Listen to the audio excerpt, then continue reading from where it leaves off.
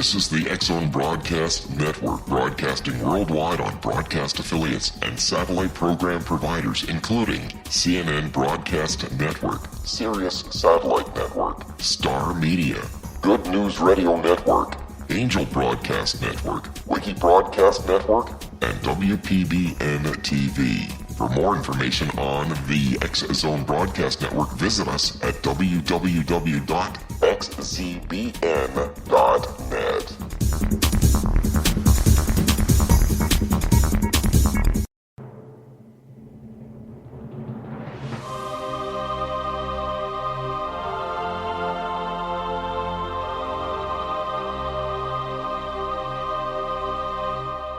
The Science of Magic with Gwilda Wiyaka is largely an opinion talk show. All opinions, comments, or statements of fact expressed by Gwilda Wiyaka's guests are strictly their own and are not to be construed as those of the Science of Magic or endorsed in any manner by Gwilda Wiyaka, REL-MAR Media Company, its affiliated networks, stations, or employees.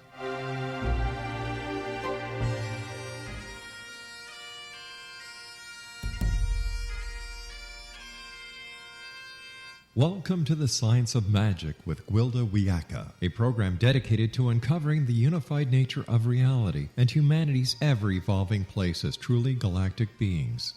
For more information on the Science of Magic with Gwilda Wiyaka, visit us online at www.thescienceofmagic.net.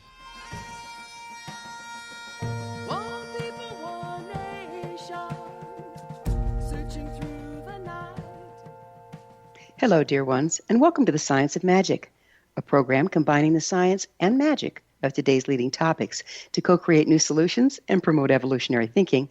I'm your host, Gwilda Wiyaka. This hour we'll be exploring hidden potential. Approximately 7/8 of an iceberg is below the waterline. When we lost sight of our spiritual or energetic nature, we became like the iceberg, with most of our power and potential unseen, unrecognized, and therefore inaccessible. In ancient shamanic societies, the spiritual aspect and interconnectedness of all things was not simply recognized. Its balance was nurtured and its potential utilized. In modern times, we view ourselves as physical mechanical beings, yet science has proven that our bodies are 99.9999% empty space. If you remove the empty space from the atoms of all the people, the entire human race could fit into the volume of a sugar cube. Unless we choose to reduce all human potential to a sugar cube-sized physical object, we'd best look into what transpires in the vast unseen for a more realistic picture. There's no question these are evolutionary times. We're rapidly evolving from limiting polarized perceptions of reality to the recognition that we actually create our experience through our beliefs. In order to tap into our hidden potential, we need to reevaluate our identity as isolated physical beings and embrace our esoteric nature. After all, it is the greater part of us and our interconnectedness to all things. With us this hour to explore in the unseen realms is the author of Transcendent Dreaming, Stepping into Our Human Potential, Christina Donnell. Christina is best known as a spiritual teacher and mystic. She's the director of the Winds of Change Association, an educational organization dedicated to offering programs that support our evolving human consciousness. Christina was initiated as a medicine woman by the Indians of the high Andes and has worked closely with them for 25 years. Inspired by cultural shifts and changing human values on a planetary scale, she's dedicated to cultivating and awakening the potency of the human spirit. Her website, ChristinaDonnell.com. Christina, thanks for joining us on the Science of Magic. Thank you, Gwilda, and thank you for inviting me to be here with you. Yeah, I found you actually through the Winds of Change, which was kind of fun. So you were initiated as a medicine woman. What brought you to do that? You know, I would say that was an esoteric moment. Long story short, I had a prophetic dream, and I woke up in a dream time in England in a pub at an airport, and I was asked by 4 people to bring this large box back to the United States. I said, after 9/11, I need to see what's in there. And I opened it up, and it was a full Incan mummy adorned in gold. I knew nothing at that time of the Q'ero, who are descendants of the Inca. I knew nothing of the Inca. I was a martial artist and a Zen practitioner. So I thought nothing of that dream. But it was maybe a year after that one thing led to another. I was working in the unseen realm, and someone suggested that I consider looking at some of the energy practices of the Q'ero. That was my beginning, and I'm still very much a part of witnessing the medicine peoples and the culture today. That's pretty fascinating. Were you trained in the shamanic journey trance by them? The Q'ero of the High Andes, so most of their medicine really comes from a place of silence. They are quintessential masters of the essential realm, or of the energy realm. They don't live in linear time. They don't have a sense of self. So because they live between 17 and 18,000 feet, and, the Andes, I think 14,000 feet from Mount Everest is base camp. So imagine living between 18 and 22,000 feet. It's above We're going the to tree have line. to take a commercial break and pick up with this subject when we come back. Christine and I will return shortly, so don't go away. You're listening to The Science of Magic. Our current episodes are aired daily on the X Zone Broadcast Network, xzbn.net. In service to our listeners, prior innovative episodes can always be accessed free of charge on our website, thescienceofmagic.net. The Science of Magic is produced by REL-MAR McConnell Media Company, Hamilton, Ontario, Canada.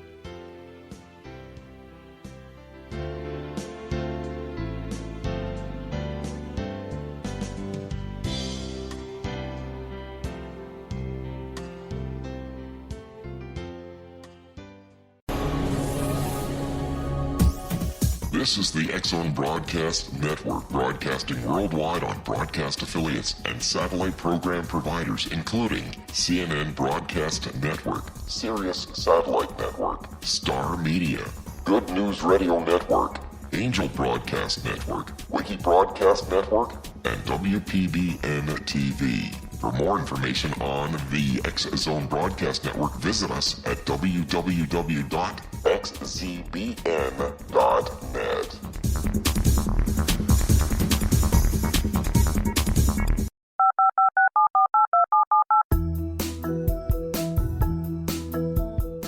Did you know that when you're on the road with limited data or Wi-Fi, you can still listen to the X Zone Radio Show with Rob McConnell, The Science of Magic with Gwilda Wiyaka, X-1, Dimension X, Space Patrol, and every minute of the X Zone Broadcast Network by calling 213-401-0080, courtesy of Audio Now. No smartphone, app, or internet needed. It saves your data plan, and it's free if you have unlimited minutes. Call 213-401-0080 to listen on any phone, anytime, anywhere.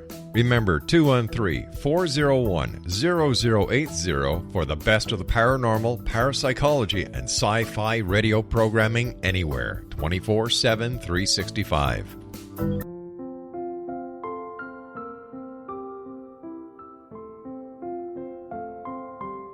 I am Dr. Carl O'Helvey, founder, president of a new cancer foundation focusing on evidence-based physical, mental, and spiritual interventions, including natural cancer cures, prayer, meditation, affirmations, nutrition, and other related holistic cancer prevention and cure modalities.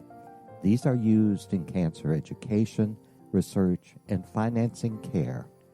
I ask for your help to continue this important work by donating at www.holisticcancerfoundation.com.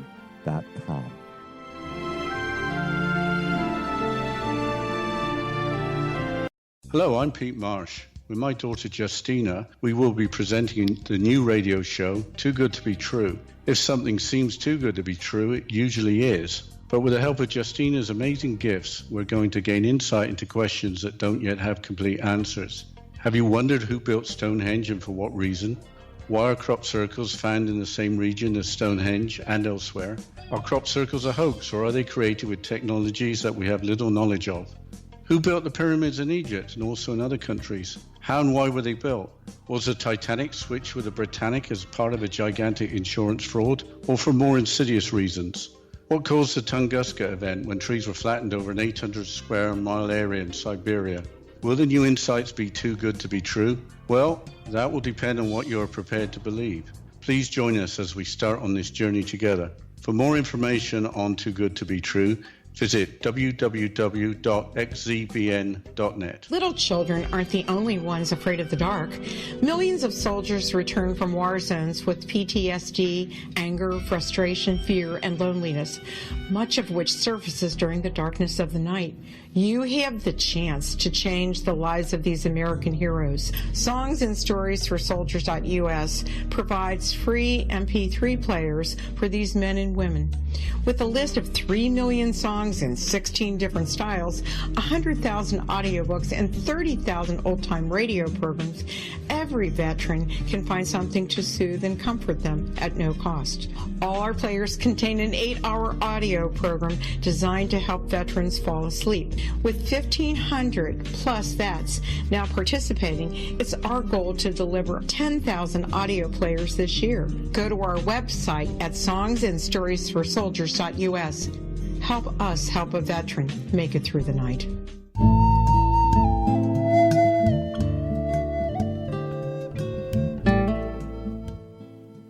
Welcome back. This is The Science of Magic, dedicated to unification and evolution of consciousness. I'm your host, Gwilda Wiyaka. Our guest this hour is author of Transcendent Dreaming, Stepping into Our Human Potential, Christina Donnell. Her website, ChristinaDonnell.com. Christina, outside of the fact that when you're at altitude in the high Andes, there's not enough air to waste on talking, Yes. would you speak to me about silence? You know, I suspect our human genius, our human potential, our evolutionary potential lies in the geography of the body and its conversation with the world. And stamped in every cell of the body, it's swathed in the space, as you mentioned, which when our awareness or our attention can reside there, is silence. But it's not a closed silence, it's an open silence with tremendous subtle light activity occurring. And when I think about, as you talked about, that so much of the human being is hidden, I think at our greatest depth in the body, when you come down to, the atom, I read once that there are 100 trillion atoms in one cell of the body, and there are 100 trillion cells in the human body. And when you think about the atom and its, the nucleus and the proton, but more interesting, the electrons, those light patterns that don't even drop down, that are infinite orbits of possibility until there's an observer or until there's attention or awareness.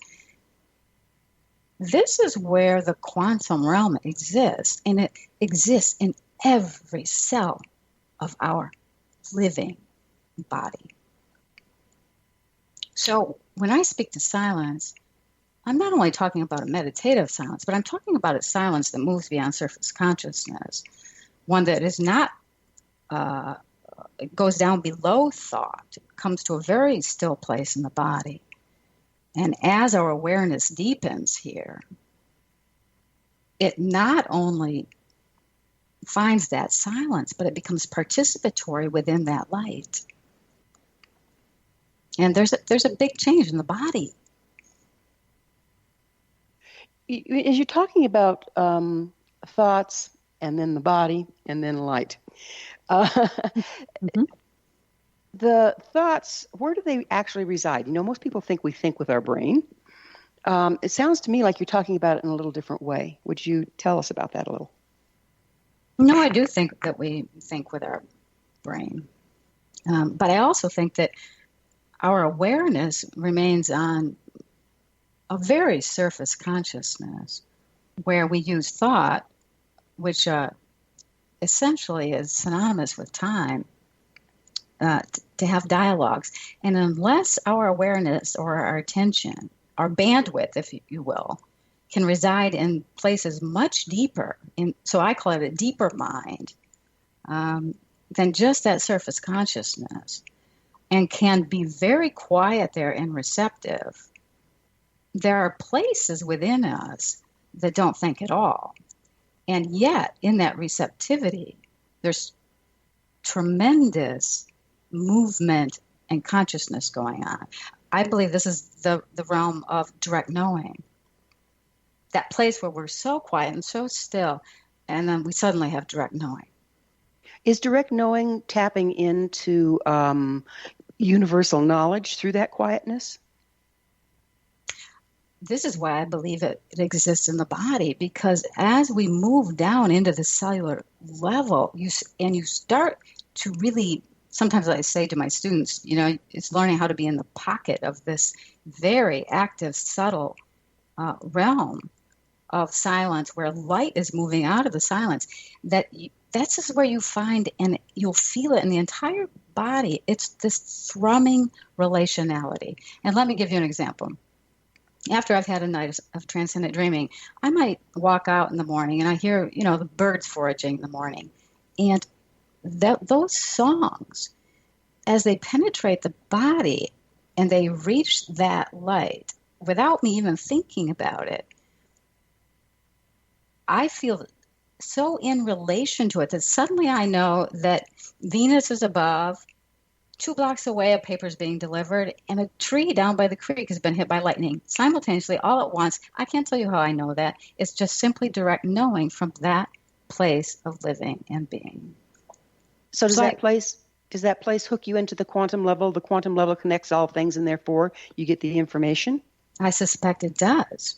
I'm not a scientist, but just from years of experience, and of course, after writing Transcendent Dreaming, the most common question was, if I'm not a dreamer, how do I have these expanded states of awareness? And that, for the last decade, I've just been living into that question. And I've come back to the geography of the body, its conversation with the world, and that we are made of little quantum packets of light. And if we can bring our attention fully there,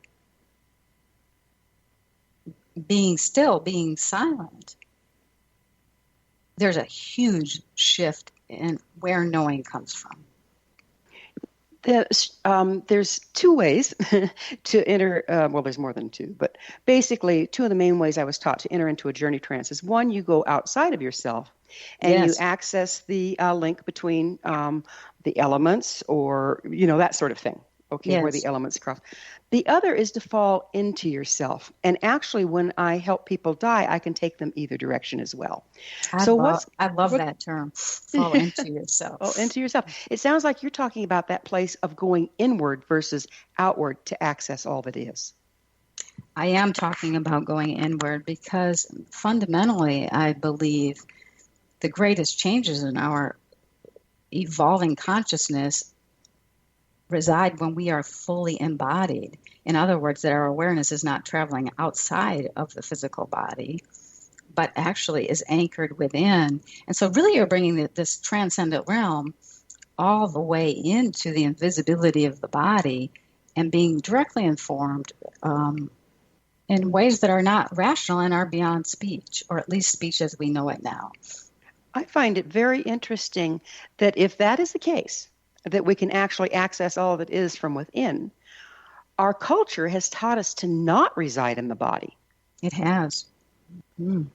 Sounds like a plot to me. It has, and I would also say for centuries, including all of our major religions, that thus far, whether you God, Allah, Spirit, the dreaming, whatever you want to call it, is out there. So we've had this perception of it being outside of ourselves and truly not entering thus far this place where we are really God-soaked and swathed in every cell of the body. Interesting that we were supposedly made after God's image. I wonder how deep that runs.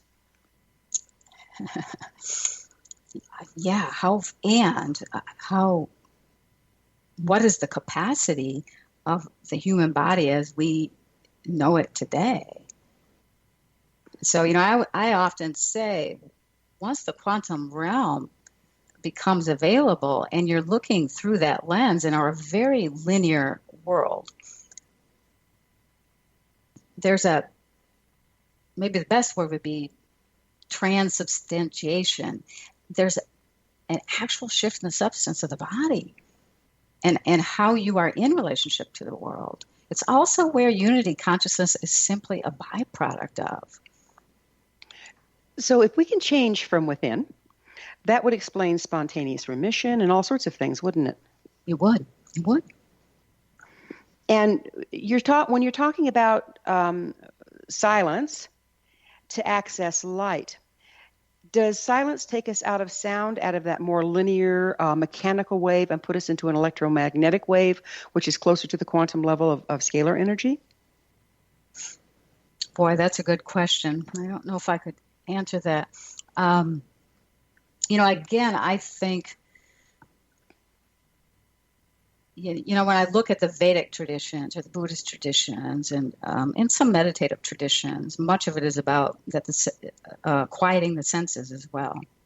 Right, but a lot of them start with sound. Isn't that interesting? Chanting, drumming. Yeah. Mm-hmm. Isn't that interesting? Because the Om, in the beginning there was the word, but really in the beginning there was the silence, and then the breath, and then the word. And so, I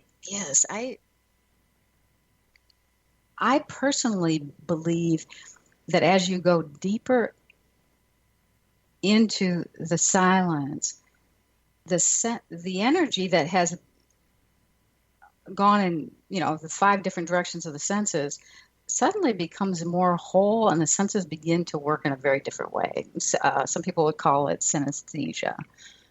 So I do believe the sensory realm is there's a high acuity there, actually, at least for myself there is.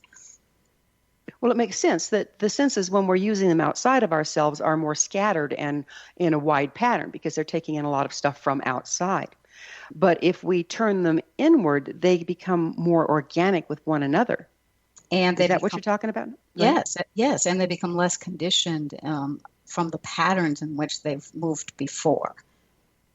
I know when I'm using my senses that way and someone says, well, are you kinesthetic or are you audio or are you visual? And I'll have to say, well, yes, and it's hard to teach that. It is hard to teach it. And what I really believe is, and I say to my students, continue to move down, and we have a number of ways to get them there and to anchor them there. And when you become still, and thought has receded, the silence itself is the remaker of the consciousness. So it's not really done through technique or experiential or exercise. It's done by, once one hits that place, there's actually it's an exquisite relationality that occurs. You don't really want to leave it. And the remaking of consciousness happens within there. Well, it's reuniting, isn't it? It is. Yeah. What I find interesting is our world is so full of sound pollution. It's like we're addicted to sound pollution. And from what you're saying, it sounds like this is a matter of coming from sound to light to being. So if we're trapped in sound, there's nothing wrong with sound. It's like an initiator. But if we're trapped there, we can never take the next steps.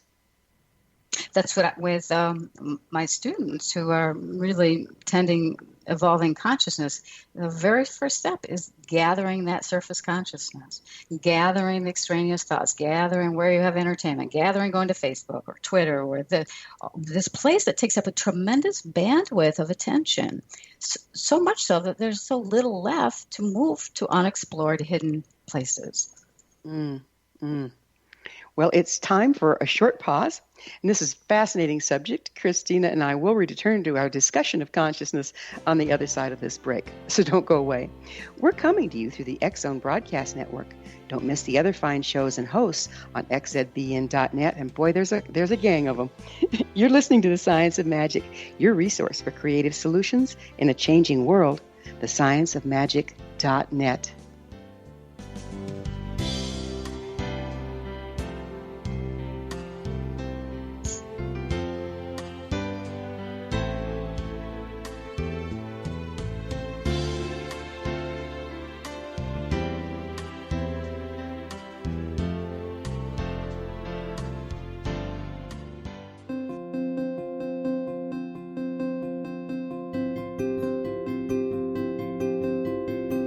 Dreams are our personal gateways into infinite wisdom. Don't miss shamanic counselor and indigenously trained dream decoder Sandra Corcoran's inspiring book, Shamanic Awakening Between the Dark and the Daylight.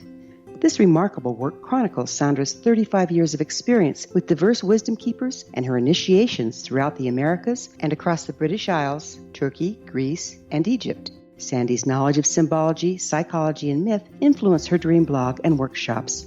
Sandy offers private tarot readings, international journeys, a meditative CD, as well as her book, Shamanic Awakening, to encourage you as you navigate this earth walk, creating a deeper connection to yourself and all that is. Find this and more at Sandy's website, starwalkervisions.com.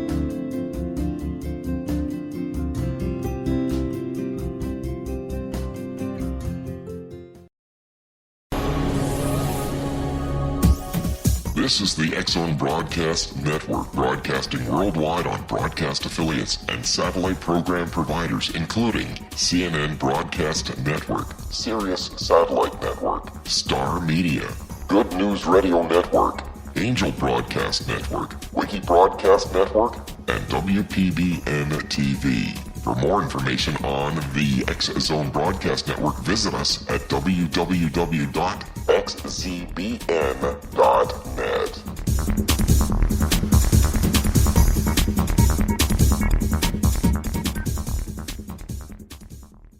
How would you like to be able to read other people's minds? Well, the next best thing is here. When you know how to read a person's name, you know how the person thinks, feels, and behaves.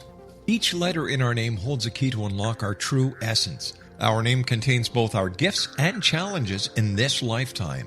Mnemology science discovers personality secrets hidden in the placement of the letters of our names, including the first and last impression people remember about us. Sharon shows us how to interpret the arrangement of letters as outlined in her book, Know the Name, Know the Person. Sharon Lynn Wyeth created mnemology science after 18 years of research and testing her theories, and has supported thousands of people around the world in understanding themselves and others better. You'll enjoy Sharon's unique teachings as she shares her system to learn the gifts behind your given birth name. Even if you don't like your birth name, there are jewels in this book. If you're thinking of changing your name, ready to name your child, or wanting to get along better with others, this is the book for you. If you'd like to improve your relationships and change your life for the better, get the book today, Know the Name, Know the Person, or visit www.knowthename.com. That's www.knowthename.com.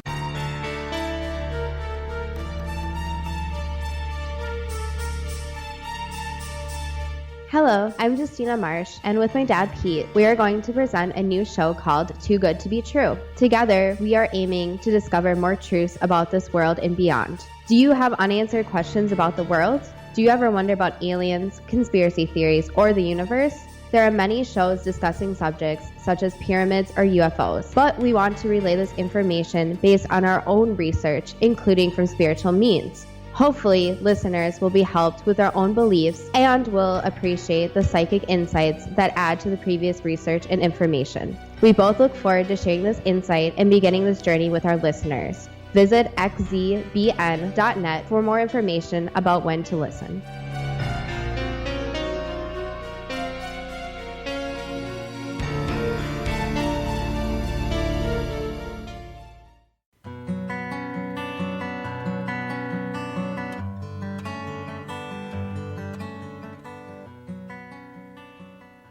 Welcome back. This is The Science of Magic, a place where magic and science come together to promote enlightenment. I'm your host, Gwilda Wiyaka. Our guest this hour is Christina Donnell, author of Transcendent Dreaming, Stepping Out of Our Human Potential. Her website, christinadonnell.com. Christina, do you believe that these are evolutionary times, that we're in the middle of a vibrational shift?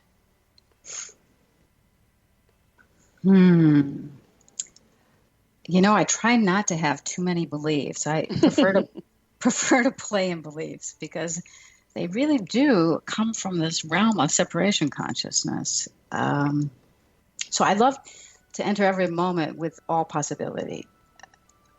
Having said that, with some of the research that comes out of, that the frequencies are going up on the planet, that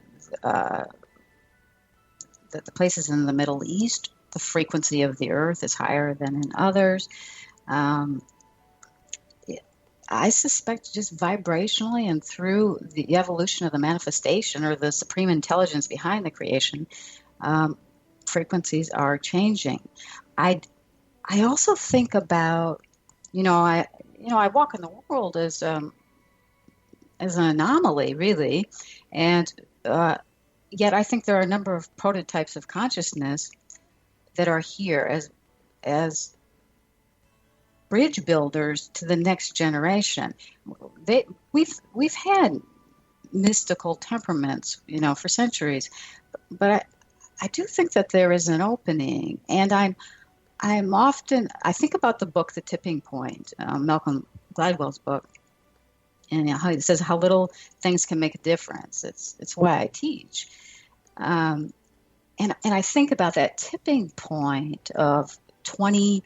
It has to be at about 20%, and I don't know this to be true, but I think we're probably sitting at maybe people tapping into that quantum realm with awareness, because I think it's going on all the time. It's just without awareness. But with awareness, I think we're probably at 2 to 3%.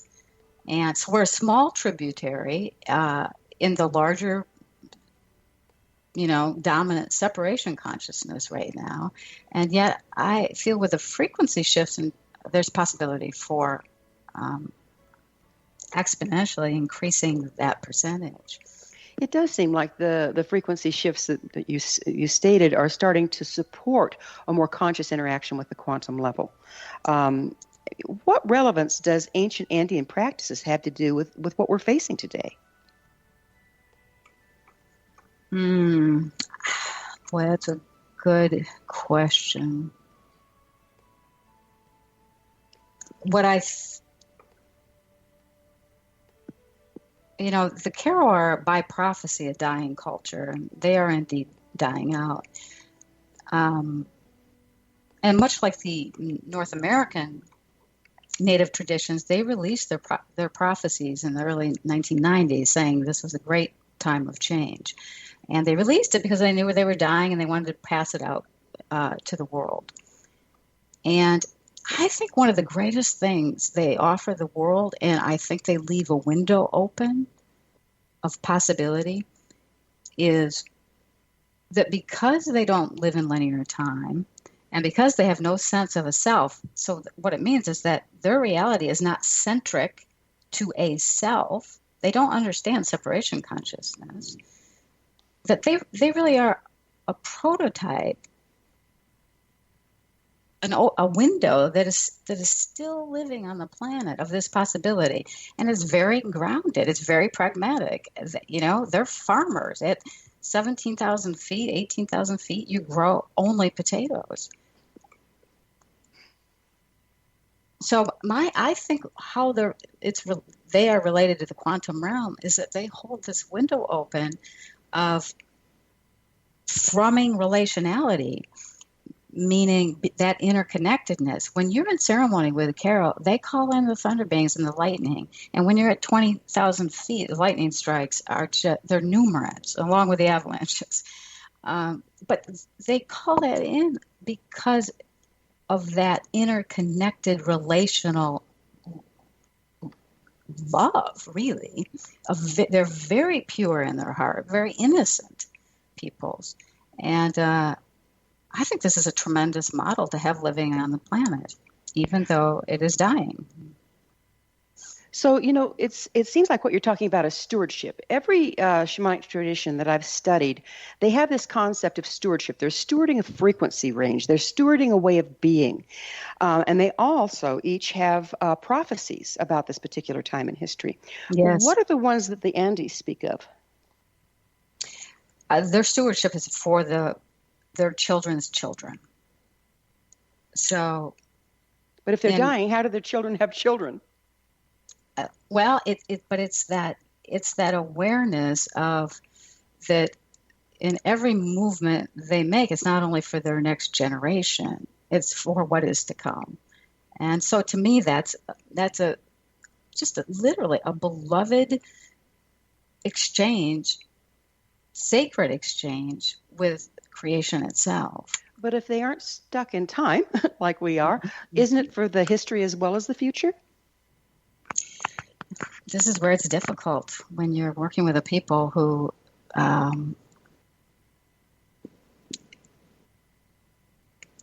really are living in beingness. So to come at it from our place of separation consciousness and time and past and present and future, it's very difficult because they don't recognize even the past 10 minutes. They don't disown it, but they'll never talk about it again, nor do they talk about the future. And it's because they don't live in that model. And I think why they're quintessential masters of the energy realm is because they're not caught in this linear progression that doesn't allow for the quantum nature.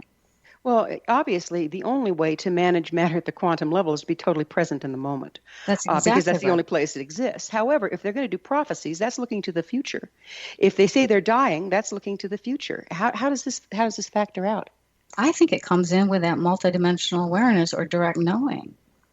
What's multidimensional awareness? I would say direct knowing, where, as I mentioned before, that you can know 5 things at once simultaneously in a nanosecond, and okay. how they're the master medicine peoples held that in the oral tradition. I don't know for sure. So if we don't know how they do it, how do we do it? How can we tap into this? So far, everything we've been talking about hasn't had much practical application. So just as the common folk, what do we do? How do we shift so that we can start tapping into this realm that we've been talking about, the quantum level?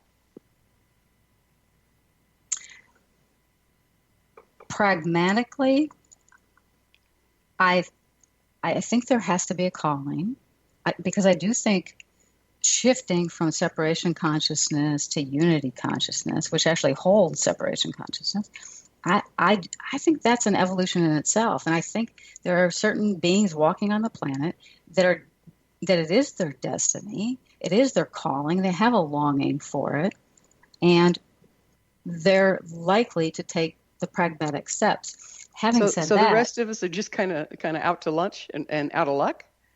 Well, what do you mean by out to lunch? Well, you were indicating that it's somebody that's kind of born to this calling. It's a calling, and that they're born with this ability, and it's an evolutionary thing. What about those of us that weren't born to it but desire it? Well, I say desire is longing, and if there indeed is a frequency shift going on, maybe more and more people are being called into this desire or notion or possibility. So I'm not saying one has to be born into it, or it's only some's calling or destiny, but at some point it has to awaken. And when it awakens, I often think thought as we know it,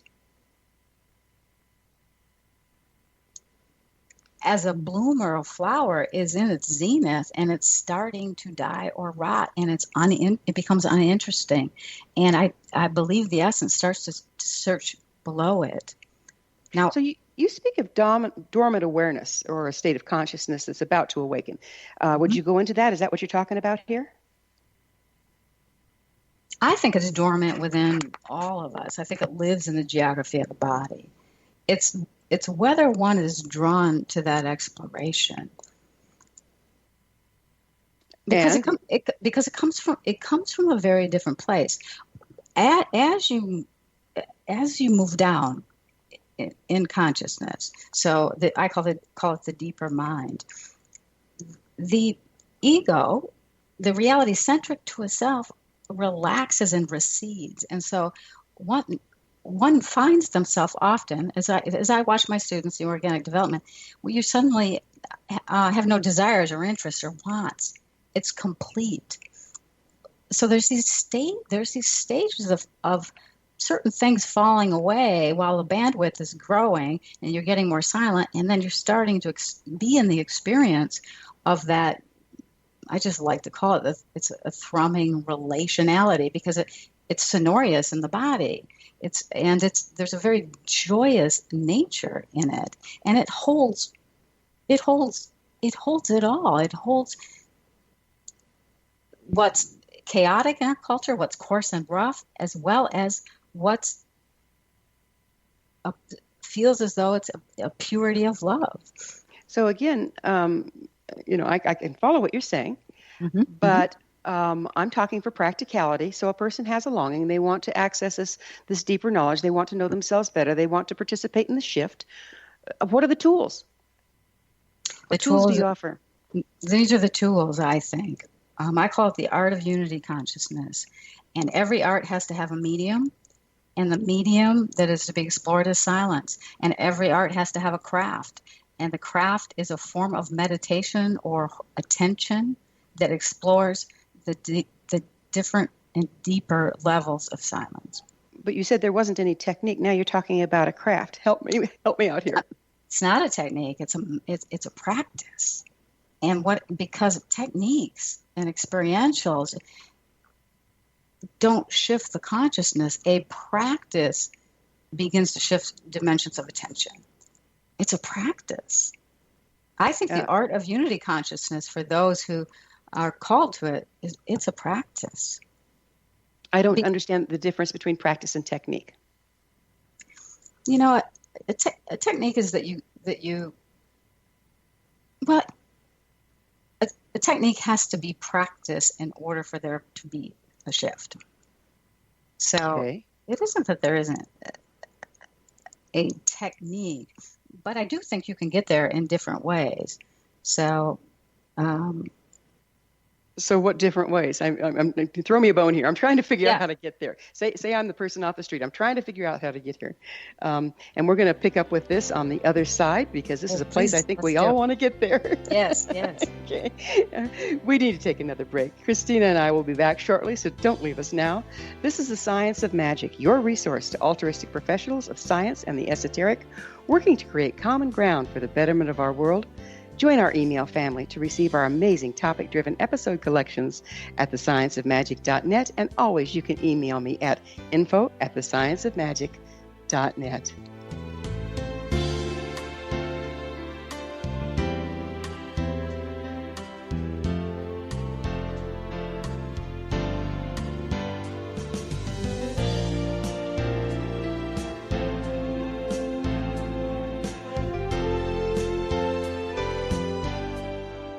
Hi everyone, Rob McConnell here, and I wanted to spend a moment on internet streaming. Everybody has heard about internet streaming, but not many know much about it. Did you know the internet streams just about everything? Movies. From new releases to old classics. TV shows. Almost every show, every episode, and much more. But the question has always been, how do you do it? Well now, thanks to the folks at 123 Ready TV, I have the answer for you. They have developed a simple program app, 123 Ready TV, that you install on your Windows PC, Android smartphone, or Android tablet that can have you streaming like a pro in less than 5 minutes. You truly won't believe how much is available or how easy it is to do until you try. And for a one-time cost of only $19.99, this product is a real winner. To learn more about 123 Ready TV, visit our website at www.xzbn.net.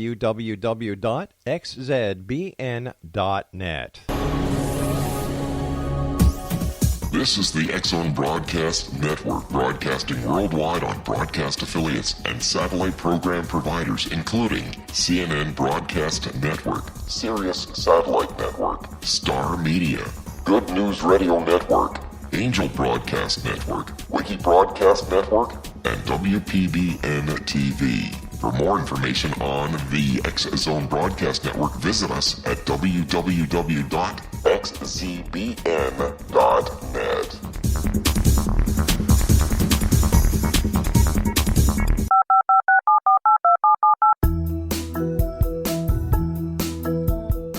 Did you know that when you're on the road with limited data or Wi-Fi, you can still listen to the X-Zone Radio Show with Rob McConnell, The Science of Magic with Gwilda Wiyaka, X-1, Dimension X, Space Patrol, and every minute of the X-Zone Broadcast Network by calling 213-401-0080, courtesy of Audio Now.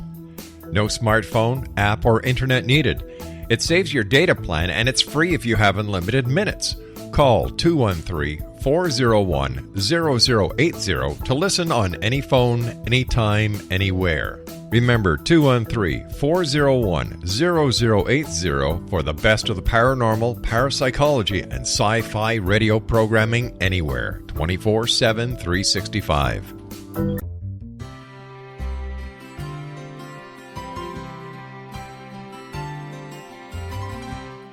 True healing must address 4 levels: physical, emotional, mental, and spiritual, for us to live joyful and productive lives. We tend to treat 3 of the 4, leaving the spiritual languishing. If you're tired of the same dysfunctional patterns cropping up in your life, Soul Balancing is for you. Trixie Phelps, owner and founder of Soul Balancing, is a naturally gifted energy healer trained in numerous esoteric forms, including shamanism. Trixie has created a powerful modality that safely and effectively clears your energetic field. A Soul Balancing session can remove interference, heal trauma, and restore your hope. Contact Trixie for a life-changing long-distance session today, www.soulbalancing.world.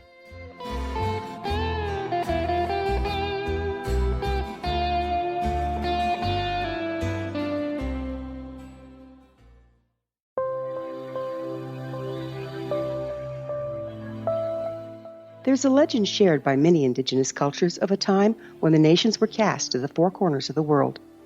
Each nation was given a body of sacred knowledge that held a different portion of the truth to preserve.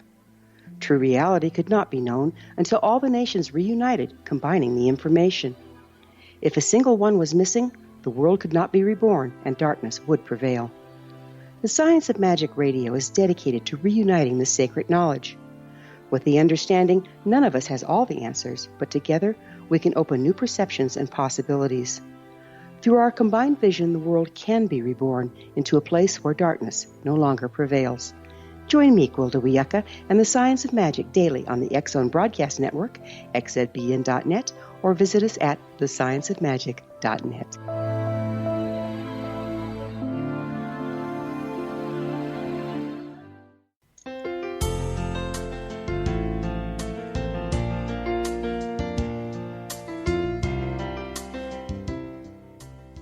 Welcome back. This is the Science of Magic, bringing together gifted people of service to the world. I'm your host, Gwilda Wiyaka. What's up in your world? Email me at info@thescienceofmagic.net and suggest a topic or a guest that's on your mind. You're probably not the only one that would be interested. Our guest this hour is author of Transcendent Dreaming, Stepping into Our Human Potential, Christina Donnell. Her website, ChristinaDonnell.com. So, Christina, in the interest of stepping into our potential, yes, can you give us some guidance here? How we've been talking about a lot of highbrow stuff, but then let's just down to the nuts and bolts. How does the average person start to engage? The average person starts to engage by what I call the gathering. That's the first phase of the art of unity consciousness, that you begin to gather up all the different places that your awareness and your attention are in the outside world. And you take a look at whether you want to continue to have your bandwidth of attention and awareness there by just noting that. And so first you start to watch where you're paying attention. Is that what you're saying? Yep, where you're paying attention. And I always start out by start with a 20-minute practice of silence, where the only goal is to reach silence, is to quiet the mind. Let's define silence. Let's say that I have absolutely no a Buddhist training or meditative training. What is silence? Is that if you were to sit and attune to your breathing, let's say attune to the breathing, so the inhale and the exhale, and that you just want to bring your awareness there. And then every time you have a thought or a feeling or an image or a fantasy, you just bring your attention back to the breath. The goal here is to just quiet the mind. Okay, so the silence is of thoughts. Yes, and images, for those of us who are, or fantasy for those who are more and meanwhile, in that quieting, really beginning to look at your everyday life, and why I call it the gathering is you're really looking at, is this how I want to, where I want my attention? And if it's not where I want my attention, then where else may I place it? While we just made a giant leap of illogic. I probably missed something here. So first we were talking about silence, and then you're talking about evaluating where you want your attention to go. Are those two different practices or two different things, or is it going on at the same time? Yes, thank you. No, they are not going on at the same time. The practice of silence every day is just silence. And like any meditative tradition, just by doing that, there are shifts and changes. Got it. Okay. Meaning the mind quiets naturally. So then the next still. The next thing you're talking about was the gathering then. Was the gathering is that during this first phase, you're really looking at, I call it, at the bandwidth and how much of your attention is allocated to surface consciousness, and is that what you'd like to continue to do, or would you like to reside more in this place of silence? And then the second phase is a real deepening of the exploration of silence, because silence it's a palpable substance. It's a subtle light. And as the mind quiets and one actually is in the felt sense of the body of that silence, you start to be in the experience of it. This is where meditative traditions would call it the witness consciousness, where suddenly the ego or the surface consciousness recedes, and there's this wider awareness that also then starts to feel participatory in the exchanges of light that are coming out of the silence. There are many, many folds to the silence. These are the places where it feels as though there's currents, that there's whirling, that new dimensions open up. This is where you get the very beginning senses of interrelationality, and all of it is through the body. It's underneath speech or the mind. And then I call the third stage as the surrender. And that's surrendering further into that silence and really truly becoming an agent of that light. Because at that point, the ego is the reality centric to a self is no longer the dominant way of moving in the world. So we're identified with our patterns, our damage, our conditioning. And this is to try to transcend that, or as you would say, go below it. Or decondition it in order to explore underneath it and what else is available, which I do think eventually becomes conditioned. So it's a new conditioning. It sounds like this work also is going to be changing the neurological pathways in the brain. I suspect it will be, because even with just the early stages or depths of silence, you can feel the shifts in the body.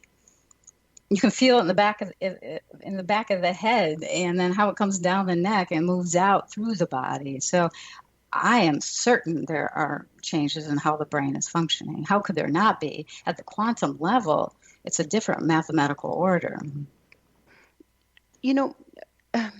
You also mentioned earlier that some people have the calling and some don't. So what happens to those that don't?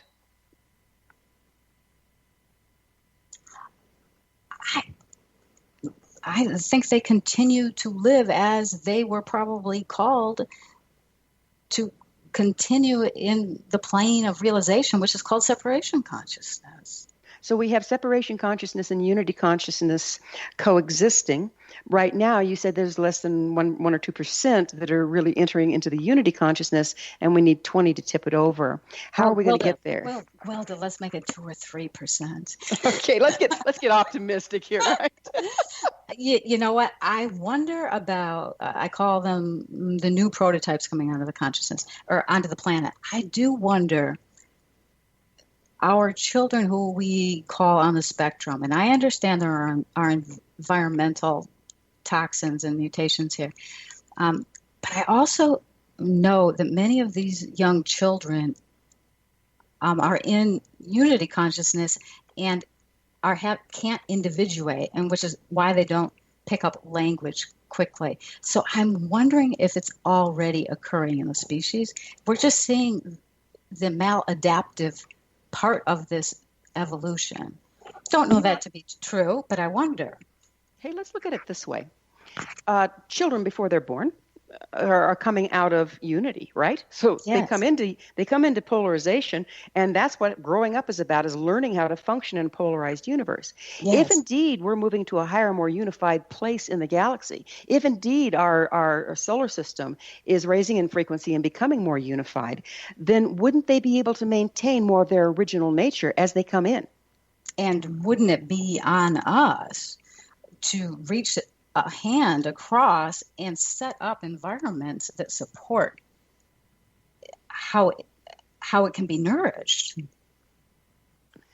So just by their presence here, and some of them are mentally retarded, but they have this amazing heart. Yes, So just by yes. their very presence here, they're adding to that 3%. I think so. Because I think it's just a plane of realization or a plane of consciousness, and I think that as it grows, as like a morphogenic field, and that resonance, then it's easier to plug into, and there eventually you may get the tipping point. How long do you think that's going to take? As long as it's supposed to take, I suppose. Well, you can't not look around you and say, hey, how much time do we have? I mean, the impact on the planet alone, much less Sure. the suffering on the human level. Sure. It's pretty profound. So if we all sit in silence, can we make a difference? Can we start to impact this? It seems like a very simple thing to do.